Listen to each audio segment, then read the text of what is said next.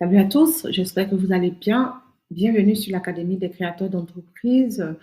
Aujourd'hui, on va parler du business de la restauration à domicile. Alors, c'est vraiment pour vous montrer ce qui est possible pour vous en tant qu'entrepreneur si vous avez envie de vous lancer. N'hésitez pas parce que c'est un domaine assez porteur. En tout cas, vous pouvez donc, si vous êtes dans le domaine de la restauration, que ce soit un restaurant physique ou un restaurant que vous gérez depuis chez vous à la maison, vous avez la possibilité donc de toucher un grand nombre de personnes et vraiment de vous différencier dans ce lot de restaurants, de cette concurrence qui est assez accrue. Mais vous avez votre place en fait. Alors, ce qu'il faut comprendre sur le marché de la livraison à domicile, c'est vraiment les tendances à la route.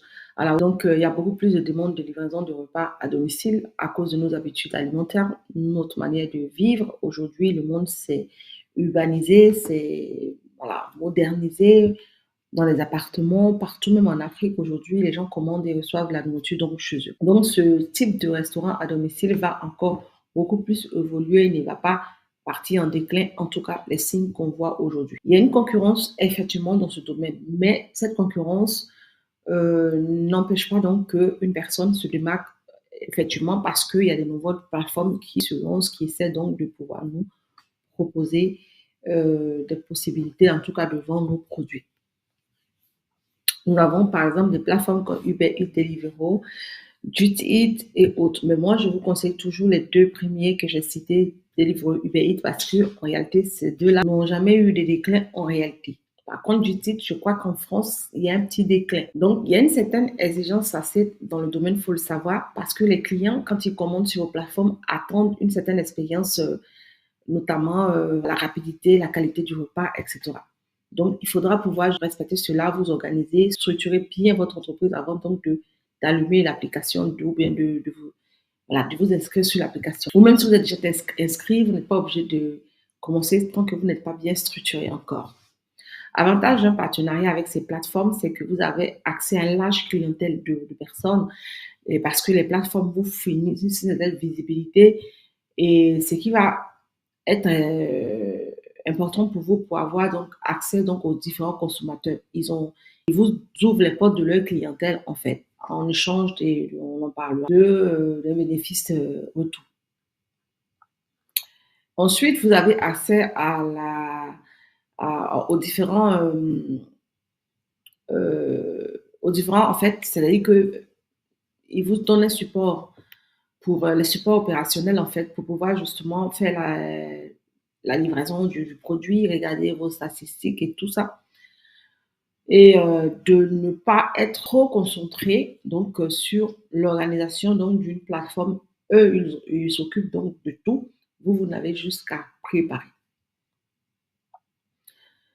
Et vous avez donc accès aux analyses de la plateforme, notamment le nombre de ventes, qu'est-ce qu'il faut faire. Voilà. Voilà. Ensuite, la réputation en ligne, en fait, c'est des différentes personnes, les partenaires qui travaillent avec cette plateforme-là, vont vous permettre de faire le choix de la plateforme la plus adaptée pour vous. Alors, comment choisir la bonne plateforme? Moi, pour moi, les deux plateformes, pour ceux qui sont à Paris ou dans les grandes villes de France, en Côte d'Ivoire, en Angleterre, dans les grandes villes, pour moi, c'est parfait, les deux plateformes Deliveroo, Uber Eats. Mais ça peut être différent pour certains pays. Donc, choisir la plateforme, c'est vraiment évaluer les coûts. Donc, évaluer les coûts de chez les commandes de chaque plateforme, si ça vous convient, parce que les plateformes n'ont pas les mêmes prix, mais même si aujourd'hui, ils essaient d'uniformiser les prix, ce n'est pas du tout les mêmes prix pour certaines plateformes. Pour certaines plateformes, donc, euh, il faudra donc regarder cela, si ça vous arrange, et puis prendre en compte la base d'utilisation dans les bases de données des clients dans votre zone. Si votre zone, il n'y a pas assez de clientèle dans votre zone, la plateforme n'est pas responsable si vraiment vous n'y arrivez pas.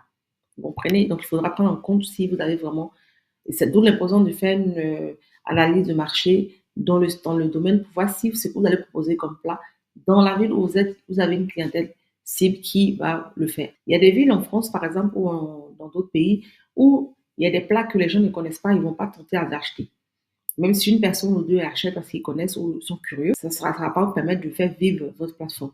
Donc, c'est des choses qu'il faut savoir, il faut analyser. Et ensuite, vous allez analyser les services, donc vérifier les fonctionnalités qu'on vous offre, hein, comme la gestion des commandes et le service client que vous avez sur la plateforme.